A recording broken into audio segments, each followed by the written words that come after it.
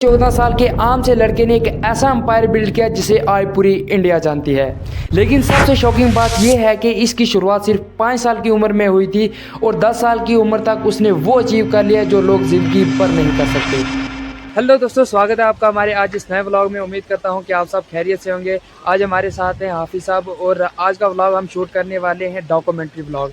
आज मैं जिस बिल्डिंग के आगे खड़ा हूं वो है उसी एम्पायर की बिल्डिंग। हाँ जी, मैं बात कर रहा हूं Meera public high secondary school Dingla की और जामिया मोइनुस सुन्ना की। इसकी हिस्ट्री जानने के लिए हम थोड़ा सा पीछे हिस्ट्री में चलते हैं।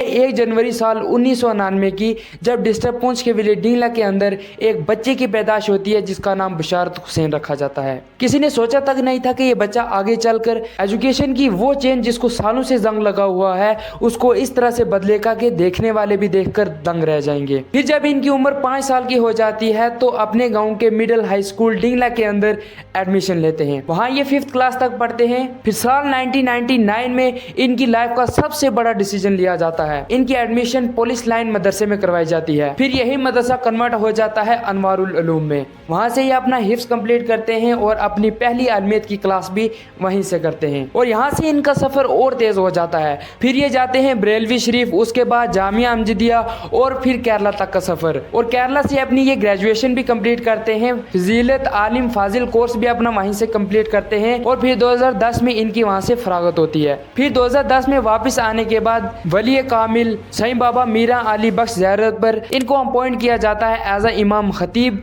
एंड हेड ऑफ द मदरसा। और इतना कुछ हासिल करने के बाद एक आम इंसान क्या करता है, या तो अपना गांव छोड़ देता है या अपना शहर छोड़ देता है।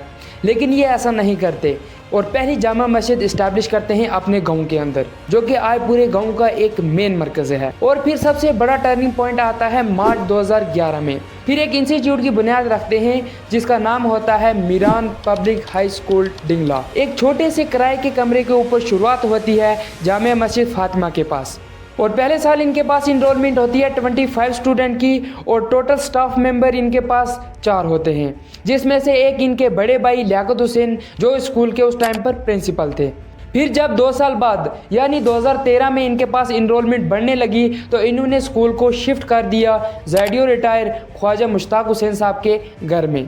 और यही साल इस एम्पायर का सबसे बड़ा टर्निंग पॉइंट होता है जब ये 10 मरला की ज़मीन खरीद कर छोड़ देते हैं। स्कूल के साथ मदरसा यानी जामिया मोइनुस सुन्ना का भी फाउंडेशन स्टोन रखवा देते हैं। फिर अप्रैल 2015 में इनका कंस्ट्रक्शन वर्क स्टार्ट हो जाता है और फिर 2013, 14, 15 में इनके 3 प्रिंसिपल चेंज हुए। चौथा प्रिंसिपल आया मोहम्मद अब्दुल्ला। फिर वो 1 साल यहाँ पर रहे। फिर वो स्टैनफोर्ड यूनिवर्सिटी चले गए एज अ साइंटिस्ट और वो आज कैंसर के ऊपर रिसर्च कर रहे हैं। फिर 2016 में एक ऐसी प्रिंसिपल की एंट्री होती है जिन्होंने स्कूल को एक नए लेवल पर ले जाना शुरू किया। हाँ जी, मैं बात कर रहा हूँ शगुफ्ता हमीद की। फिर 2017 में ही ये रेजिडेंशियल मदरसा भी स्टार्ट करते हैं। फिर 2017 में ही स्कूल को स्कूल की खुद की बिल्डिंग में ही शिफ्ट कर देते हैं। उन्हें इतना हार्ड वर्क किया कि इन्हें नेशनल आइकन अवार्ड तक भी मिल चुका है। और इस स्कूल की दीवारों ने हमारी रोने की आवाज़ें, चीखने की आवाज़ें भी सुनी है और कान पकड़ते हुए, मार खाते हुए भी देखा है। और आपको भी अगर अपने स्कूल टाइम के ऐसी कोई हिस्टोरिकल मोमेंट याद है तो कमेंट में ज़रूर बताना। तो मैं अभी आपको ऑन रिकॉर्ड बताता हूँ कि इस पूरे इंटायर एम्पायर के अंदर क्या क्या फैसिलिटीज़ अवेलेबल हैं। और अभी मॉर्निंग का टाइम हो रहा है। आपको बताता हूँ कि स्कूल में मॉर्निंग कैसी होती है और स्कूल का इन्वायरमेंट कैसा है और डिसिप्लिन कैसा है बच्चों का।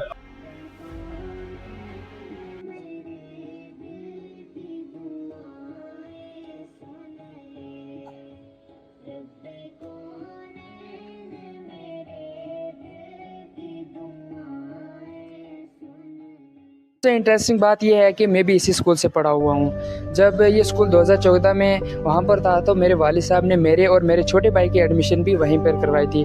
लेकिन अफसोस के 2 साल बाद उनकी डेथ हो गई।